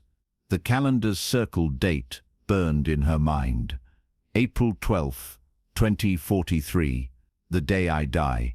She shook her head violently, muttering under her breath, trying to drown out the noise. This isn't real, it's just a dream. I can wake up, I can. But the voice came again, soft and cruel. Not a dream, a memory. Yours, ours. The closet door shuddered as something on the other side pushed harder. The doorknob began to turn slowly, creaking in protest. She wanted to run, but her body wouldn't obey. Her feet felt glued to the floor, her lungs heavy with stale, smoky air. The whispers began again, swirling around her like wind in a narrow canyon. We waited. We burned. Now open the door. Her heart pounded so hard, she thought it might burst. She stumbled toward the window, fumbling with the old latch. But when she looked outside, she froze. The world beyond the glass was not her neighborhood. It wasn't even a world she recognized. Smoke rolled across a charred landscape, and in the distance, dozens of small figures stood motionless, staring at her with faintly glowing eyes. They didn't move. They didn't need to. She felt their presence pressing against her skin like 1,000 invisible hands. The closet door creaked open an inch. A small, ashen hand reached out, fingers curling slowly in invitation. You never opened the door for us. She fell back against the bed, her hands gripping the sheets. The locket on her chest burned hotter, branding her with its impossible heat. She clawed at it desperately, but it wouldn't come off. The 4th locket's surface shimmered faintly, and she realized it was no longer empty. A new image had appeared, her eyes wide in terror, sitting on this very bed, as small hands reached for her from all directions.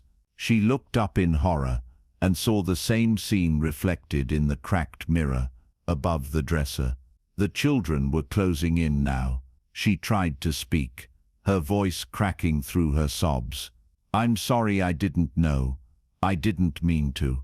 A chorus of voices cut her off. It's too late. The closet door slammed open, revealing dozens of small figures crouched within. Their soot-covered skin cracked in places, glowing faintly beneath. Their eyes burned brighter than ever, and they began to crawl out, their movements jerky and unnatural. She pressed herself against the wall, nails digging into the peeling wallpaper. One child reached her first, its hand brushing her ankle. The cold seared like fire. She screamed. The calendar on the wall flipped violently. its pages tearing away until only one remained. April 12, 2043. The last thing she saw before the darkness swallowed her was her older self on the bed, eyes snapping open, mouth stretching into a faint, hollow smile. The silence was suffocating. No voices, no knocking, no sound of chains or scraping fingers, just silence so deep it pressed against her eardrums like a vacuum. She tried to move, but her body felt weightless, suspended in an infinite black void. For a moment she wondered if this was death, if this was the nothingness that came after the last breath. But then she felt it, a heartbeat, not her own. Slow, heavy, vibrating through the void like a distant drum. With each pulse, faint orange light bloomed in the darkness, flickering like embers caught in the wind. She turned, or maybe the void turned her, and saw them. The children, hundreds of them. Their small, ashen bodies floated in the dark like rag dolls adrift in water. Their eyes glowed faintly, their mouths slightly open, as if in eternal screams. Some reached out with brittle fingers, others clutched lockets identical to hers, and they all whispered in unison, their voices weaving a tapestry of sorrow and accusation. You left us behind. You closed the door. We burned. The words cut through her like shards of glass. She tried to scream, but her voice caught in her throat. The locket on her chest grew heavy, pulling her downward. She clawed at the chain, but it wouldn't break. The heartbeat grew louder, faster. Each pulse made the embers swell, until the darkness was a sea of faintly glowing faces. Then one voice, louder than the rest, spoke directly into her mind. Do you know where you are? Her lips parted soundlessly. She didn't know. She wasn't sure she wanted to. But the voice didn't wait for an answer. You're where we stayed. The place between the knock and the answer. The locket burned so hot she screamed. The sound ripped through the void, and suddenly she was falling. Fast, the blackness peeled away like paper burning in reverse, and her world reassembled itself around her. Walls, floors, the smell of smoke, the sound of crackling wood. She slammed into the floor of her childhood home, the hallway just beyond the front door. But this time the flames were already consuming everything. The wallpaper peeled and curled, blackening. The air was thick with choking smoke. She scrambled to her feet, coughing violently. The door was just ahead, cracked slightly open. Beyond it she could see a pale sliver of cool night air. She ran to it, yanking at the handle, but it wouldn't budge. Her hands beat against the wood, her palms stinging with each desperate strike. Small hands clutched at her legs, her waist. Children's voices cried out around her. Let us out, you promised. Don't leave us here. She turned in horror. The children were there, dozens of them packed into the narrow hallway, their faces wet with soot-streaked tears. Their fingers clawed at her, their glowing eyes wide with terror. One little girl held up a locket, its surface cracked and blackened. Take us with you. She wanted to. God, she wanted to. But her hands wouldn't obey. They pressed against the door, forcing it shut, instead of pulling it open. Her voice came out in a whisper, low and broken. I can't. The door slammed shut. The sound was deafening. The children's screams rose in a terrible crescendo as the flames roared higher. She stumbled back, clutching the locket that now felt like a brand searing her skin. The air burned her lungs, her vision blurred, and then the world went dark again.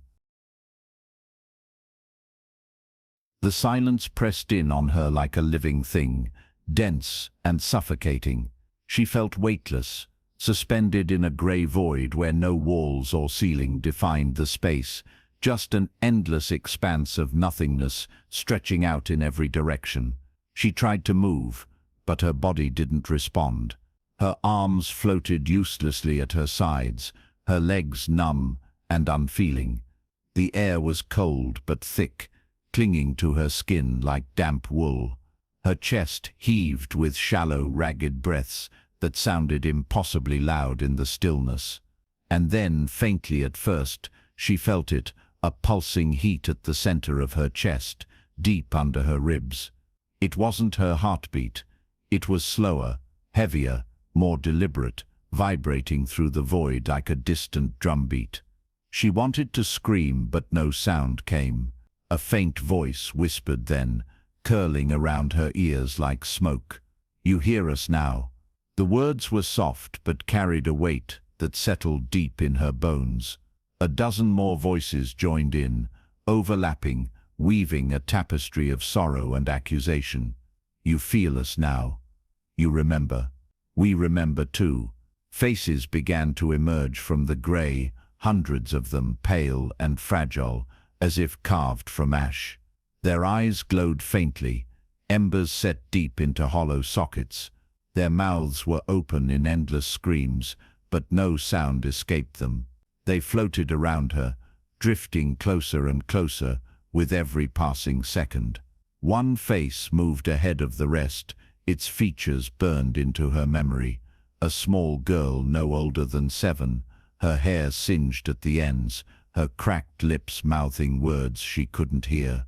It was the same girl from the cracked locket, the same accusing eyes that had haunted every nightmare since the knocks began. The child's voice boomed suddenly, not from her mouth, but from everywhere at once, echoing like thunder in a cavern. It wasn't the first time. The words lodged in her mind like shards of ice. Not the first time. She tried to ask what the child meant, but her jaw locked tight, refusing to form words. The girl raised a brittle hand and pointed past her into the grey.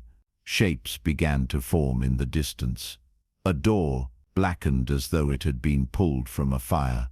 The heat pulsed harder in her chest, searing against her ribs, as if something inside her wanted out. She felt her body lurch forward, though she didn't move of her own will. Invisible threads pulled her toward the door, each step slow and deliberate, as if some unseen force wanted her to savor the approach. "Every time you knock," the voices chanted, rising in perfect unison, "we wake. Every time you answer, we burn again." Their chorus was no longer sorrowful. It was sharp now, cutting, accusing. Her knees shook as she drew closer to the door, its surface shimmering faintly in the dim light. Only now did she see it wasn't wood at all. It was covered in photographs, hundreds of them, perhaps thousands. Each photo showed her at different stages of her life. Her first steps, a birthday party, high school graduation, her wedding day. Yet in every single image, something felt off. In the shadows behind her, faint shapes hovered.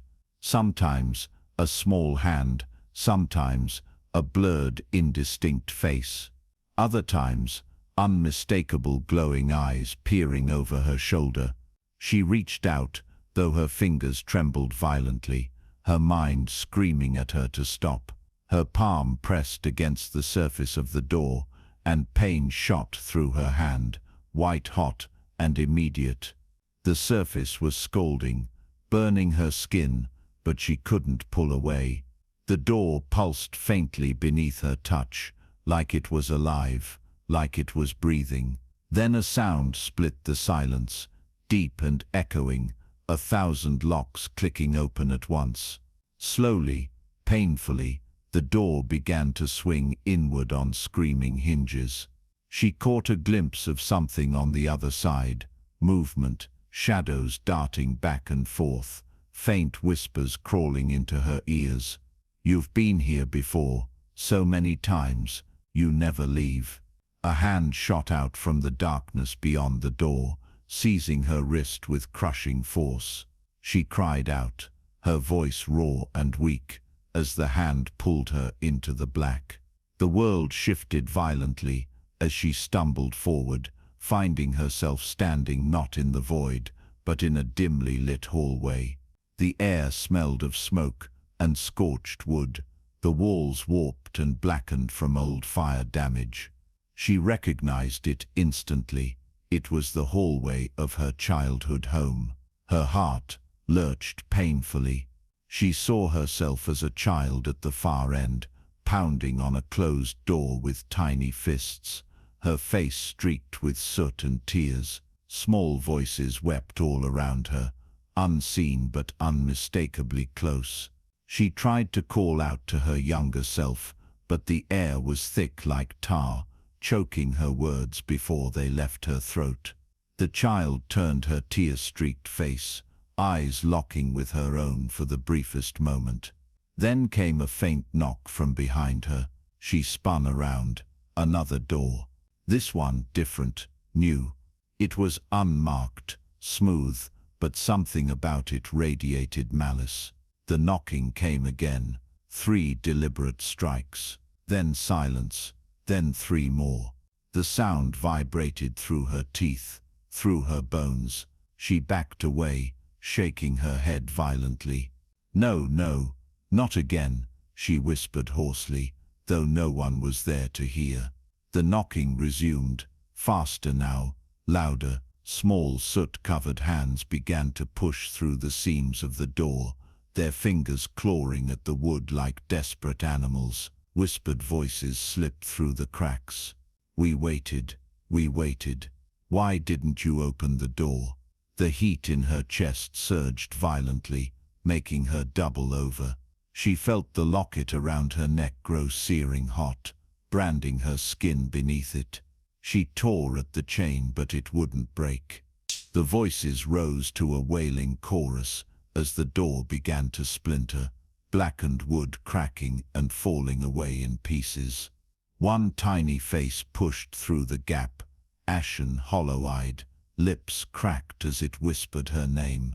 She stumbled back, her foot catching on warped floorboards. The door exploded inward with a deafening crash, and a wave of small figures surged into the hallway, their glowing eyes fixed on her. The wave of small figures poured into the hallway like a living flood, their soot-streaked bodies moving in jerks and spasms, as though pulled by invisible strings.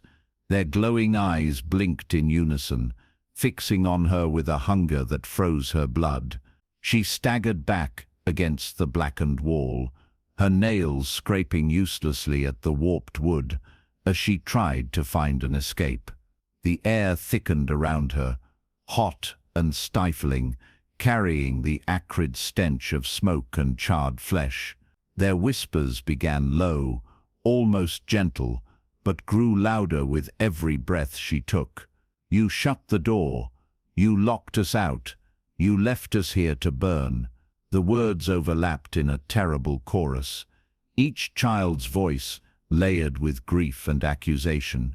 The locket at her chest pulsed like a heartbeat, branding her skin with its impossible heat. She could feel its chain digging deeper, embedding itself like barbed wire. Her own heartbeat faltered, its rhythm breaking as if matching the uneven pounding of dozens of small fists striking against unseen doors. She pushed off the wall and ran, her bare feet pounding on scorched floorboards that splintered beneath her. The hallway seemed endless, stretching further with every step she took. Doors lined the walls, identical and unmarked, but behind each one came muffled cries and frantic knocking. Tiny hands pressed through cracks in the wood, their nails splintering as they clawed for freedom. She tried one door, then another, but each was locked tight, their knobs ice-cold and unyielding. "No way out," the voices whispered. There never was. Her lungs burned as she kept running, her vision swimming with tears and smoke.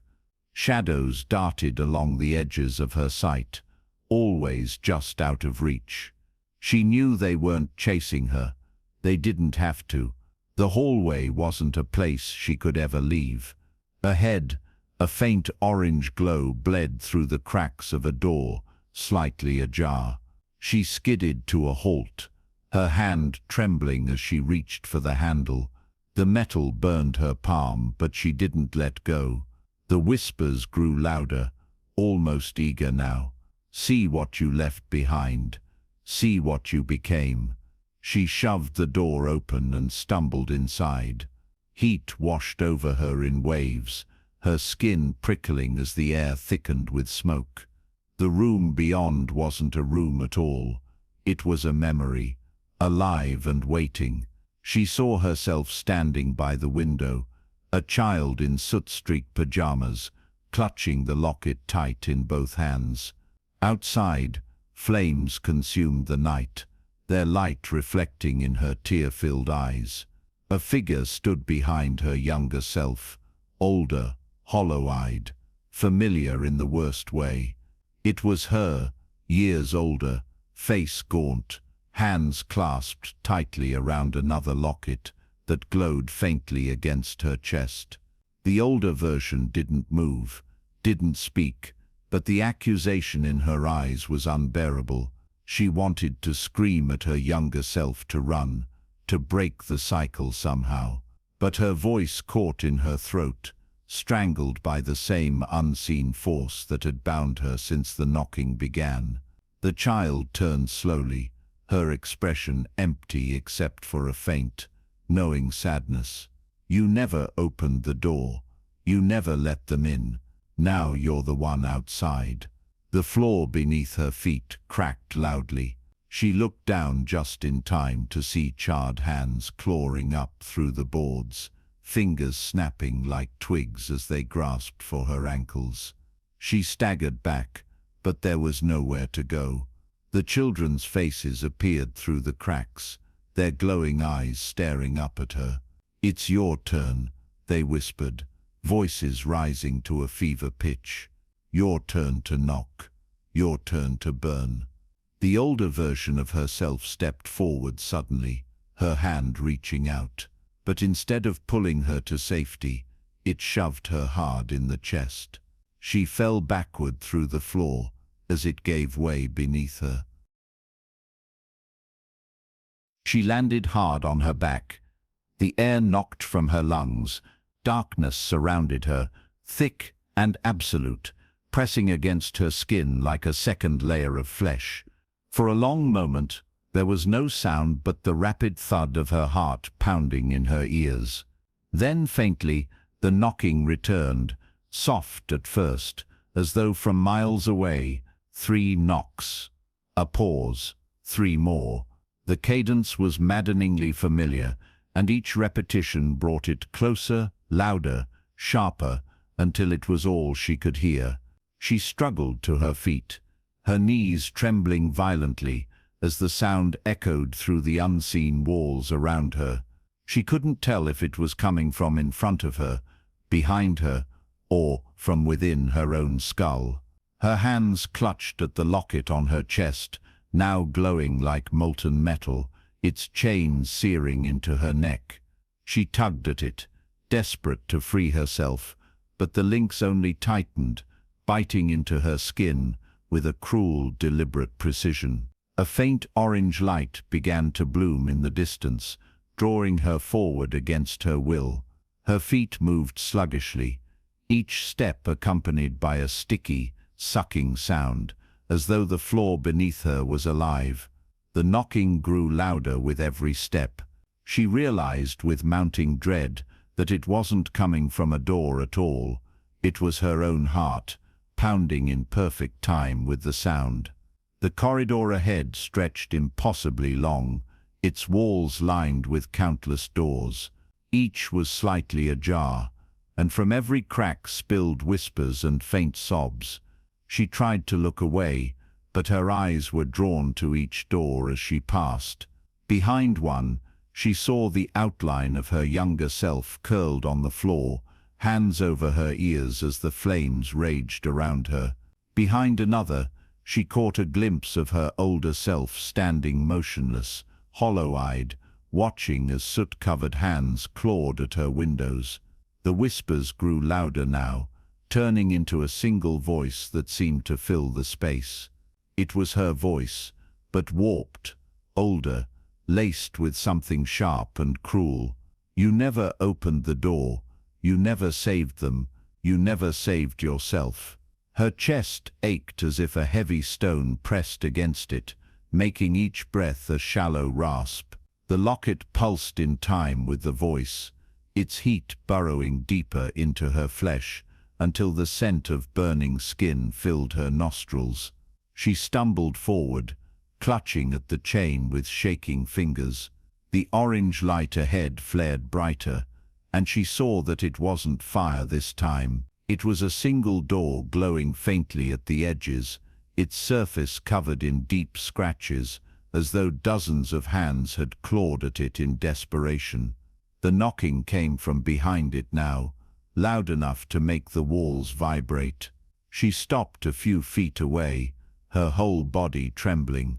The door pulsed faintly, its wood shifting like breathing lungs. She knew what would happen if she opened it. She didn't know how she knew, but she did. The cycle would begin again. The knocks, the lockets, the faces, the flames. She pressed her hands over her ears, but the sound didn't stop. It was inside her now, part of her. Tears streamed down her face as she whispered, over and over, "I can't, I can't, I can't." But the voice answered her in that same warped, venomous tone. "You never could." The door burst open with a deafening crack, and a wave of heat slammed into her like a physical force. Small figures spilled out, their bodies twisted and blackened, eyes glowing brighter than ever. They surged forward, their ashen hands grasping for her, their whispers now a single, unbroken scream. "Let us in." She staggered backward, but the locket's chain pulled her forward like a leash. She fought it with every ounce of strength left in her, her fingers tearing at the links until her nails split and bled. But it was useless. The chain pulled tighter and tighter until she was dragged toward the open door, her heels leaving grooves in the ashen floor. As the first hands touched her, she felt their cold burn seep into her skin. Her body convulsed violently. She opened her mouth to scream, but no sound came. The locket's glow flared white-hot, then exploded in a blinding flash, and then silence. When her vision returned, she was standing in her kitchen, alone, the morning sun streaming faintly through the windows. The locket lay heavy against her chest, cool now, its surface no longer glowing. She reached up with shaking fingers and pried it open. Inside was a photo she had never seen before, herself as a child, standing at the doorstep of her childhood home, eyes wide with terror. A date was scrawled faintly on the back, in a hand she didn't recognize. April 12th, 2043. The locket felt heavier than ever, its cool surface pressing hard against her chest, as if trying to merge with her skin. She couldn't stop staring at the photo inside, herself as a child, standing at the threshold of her childhood home, eyes wide with terror. The scroll date on the back, April 12th, 2043, burned into her mind like a brand. She didn't understand how it was possible. That date was years in the future. And yet, deep in her gut, she felt certain it wasn't just a date. It was a warning, or a promise. Her hands trembled as she snapped the locket shut, the soft click sounding far too loud in the quiet kitchen. The morning light seemed colder somehow. The air in the bedroom thickened as she held the second locket in her trembling hands, its soot-streaked surface leaving black smudges on her skin. The photo inside burned itself into her mind, her child self crouched in a corner, mouth stretched wide in a scream so raw and silent it seemed to echo anyway. Shadows twisted in the image, curling hungrily toward the terrified girl like living tendrils. And there, scrawled in faint ink on the back of the photograph, was the date, April 13th, 2043. One day after the date in the first locket, the numbers sent a chill racing down her spine. They weren't just dates, they were counting down, or counting her in. She wanted to drop the locket, to fling it across the room and run, but her fingers wouldn't let go. The chain had begun to tighten around her neck again, the metal digging into her skin with a pulsing rhythm that matched her thundering heartbeat. It was as though the locket knew something she didn't, something it refused to let her forget. A faint creak drew her attention to the corner of the room, where the shadows thickened unnaturally, swallowing even the faint light from the hallway. She took a step back as the darkness seemed to breathe, expanding and contracting with a sound like rustling fabric. From within, a small figure emerged, its body hunched and trembling. She recognized it instantly, not because it looked familiar, but because it moved like the children in her dreams. Its soot-streaked face was turned downward, hair hanging in clumps around a thin neck. Small hands clenched and unclenched at its sides. When it lifted its head, she felt her stomach lurch violently. Its eyes glowed faintly like dying embers, and its mouth moved silently, as though struggling to form words. Then, faintly, a whisper escaped it, dry and cracked like brittle leaves. "You never opened the door." Her legs trembled as she stumbled backward, her shoulder striking the dresser hard enough to rattle the mirror. The figure took a shuffling step forward, and with each movement the air grew colder, dense with the sour-sweet smell of charred sugar. More whispers joined the first, overlapping, growing louder as if dozens of voices were speaking through that small, broken mouth. "You left us. You left us. You left us to burn." The locket in her hand pulsed violently, sending a jolt of searing heat up her arm. She gasped, her fingers finally loosening enough to let it fall. The chain slipped from her grasp and landed with a soft metallic clink on the floor, but it didn't stop glowing. Instead, it began to vibrate faintly, the photo inside curling at the edges, as if caught in invisible flames. The figure in the corner lunged suddenly, and though its movements were slow and jerky, it closed the distance in a heartbeat. Soot-covered hands shot out, seizing her wrists in a grip impossibly strong for such small fingers. The heat from its touch burned straight through her skin, filling her veins with a fire that made her vision swim. She tried to scream, but her voice caught in her throat. The whispers turned into a deafening chorus that seemed to come from every direction. Knock, knock, knock. Her knees buckled as she was dragged downward, the floor softening beneath her like tar. She clawed at the air, at the dresser, at anything she could hold onto, but her fingers only met slick, unyielding darkness. The world around her began to twist, the walls stretching impossibly high, as shadows consumed every inch of light. She felt herself falling, spinning into a tunnel of grey and black. Faint shapes pressed against the walls as she passed, faces, hundreds of them pale and fragile with wide glowing eyes. Their mouths opened and closed in silent screams as their hands clawed futilely against the slick surface. She reached out, trying to catch hold of something, anything, but the faces only drew back, their expressions contorting into sorrowful grimaces.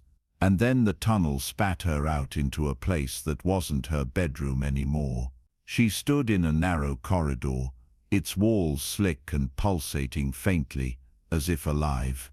The air here was thick with the scent of smoke and damp earth. Doors lined the corridor at uneven intervals, each one slightly ajar. Behind them came muffled cries and frantic knocking. 3 strikes. Pause. 3 more. The sound grew louder with every passing moment, until it wasn't knocking anymore. It was pounding, violent and insistent, shaking the corridor itself. She pressed her hands over her ears, but the sound vibrated through her bones. A voice whispered behind her, impossibly close. "This is where you belong." She spun around, but the corridor was empty. Only the doors remained, their shadows stretching long and thin across the floor like grasping fingers. The locket still pulsed faintly against her chest, though she didn't remember picking it back up. She tore at the chain, desperate to remove it, but it tightened further, the links biting deep until she tasted blood at the back of her throat. One door ahead glowed faintly, its edges lit by a sickly orange light. She didn't want to approach it. Every instinct screamed to turn and run. But her feet moved anyway, drawn forward as if the corridor itself demanded her presence. As she reached for the handle, the knocking ceased. Silence fell so suddenly it pressed against her ears like a heavy weight. And then softly, faintly, came a whisper from the other side of the door. "Are you ready to let us in?" Her fingers hovered over the glowing door handle, trembling so violently she thought they might snap off. The whisper repeated, softer this time but clearer, malevolent yet somehow coaxing. "Are you ready to let us in?" The words slid beneath her skin like cold water. She tried to shake her head, to scream no, but her mouth wouldn't open. Her body felt rigid, frozen in place, as if the very air was pressing down on her.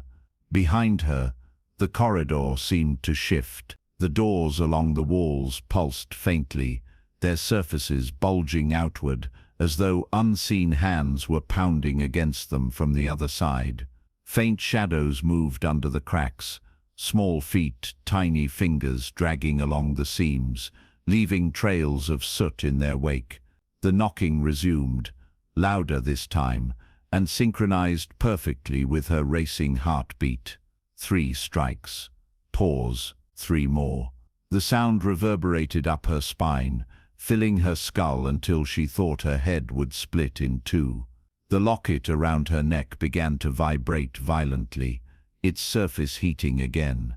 She felt the chain biting deeper into her skin, embedding itself as though it had become part of her flesh. Her vision blurred with tears. She wanted to run, to rip the cursed thing from her throat and throw it into the darkness, but her feet refused to obey. The door ahead was no longer just glowing. It was breathing soft, rhythmic expansions and contractions, as though it housed something alive. From the crack beneath it, a faint orange light pulsed in time with her own labored breaths. She reached for the handle again, unable to stop herself. This time her fingers closed around the cold, slick metal. The moment her skin touched it, the voices from behind the other doors surged into a deafening roar. "Let us in." With a trembling sob, she twisted the handle. The door swung inward on creaking hinges, revealing only darkness at first. Then faint shapes emerged, small, hunched figures scattered across a soot-stained floor. Dozens of them, maybe hundreds. Their bodies were twisted, their faces pale and fragile like cracked porcelain.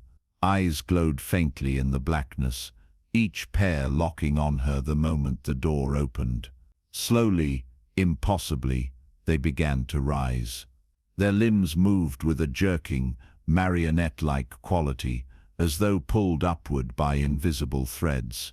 The closest figure stepped forward, and she felt her stomach twist violently as she recognized the child's face. It was her own. Her younger self stared back at her with hollow, unblinking eyes. "You left me." The voice wasn't the girl's alone. It was layered, thousands of voices all speaking in unison, weaving together a sound that was more felt than heard. "You locked the door. You always lock the door." The figures moved closer, their movements slow but unstoppable. She stumbled backward, but the corridor behind her was gone. Only darkness remained, pressing against her back like a solid wall. The children's whispers rose again, a swirling storm of accusation and sorrow. "You left us. You watched us burn. You will burn too." The locket pulsed so violently now, it felt as if it would burst. She clawed at the chain, her fingernails breaking against the metal, but it refused to yield. The figures surged forward. Ashen hands reached for her, their touch ice-cold and searing all at once. Her body convulsed as the cold seeped into her veins, twisting through her like poison. She opened her mouth to scream, but her voice was swallowed by the chorus of whispers. "Knock, knock, knock." The words repeated endlessly, their cadence pounding through her skull. She felt herself falling again, though she hadn't moved. The children's glowing eyes followed her, as the world warped and twisted around her. The floor dissolved into darkness. The walls stretched impossibly high, and then melted away entirely, leaving only the sound of knocking echoing in the void. Her body struck solid ground. The impact sent a jolt of pain up her spine, but she forced her eyes open. She was no longer in the corridor. She was standing in her childhood bedroom, except it wasn't hers anymore. The walls were charred black, the ceiling sagged under the weight of smoke damage, and the faint scent of burnt wood clung to everything. Ash floated lazily in the air like falling snow. She looked down and saw a third locket in her hands, its surface cracked and stained. She didn't remember picking it up. With shaking fingers, she pried it open. Inside was another photo of her younger self. This time, the girl sat before a closed door, her small hands pressed flat against its surface as flames licked at the walls around her. Her face was calm, almost resigned, as though she had stopped crying long ago. On the back of the photo was another date, April 14th, 2043. If that sent chills down your spine, you're not alone. The mystery of the knocker, the locket, and that impossible date still leaves us wondering, was it just a haunting or a warning from something far beyond our understanding? The story doesn't end here. There are more secrets buried in the shadows, more doors waiting to be opened. So if you love chilling tales like this, dark history, unsolved mysteries, and stories that keep you up at night, make sure to hit subscribe and turn on notifications. Join us as we dive deeper into the unknown, uncover hidden truths, and share more haunting stories that you won't find anywhere else. Your next nightmare might just be waiting in the next video.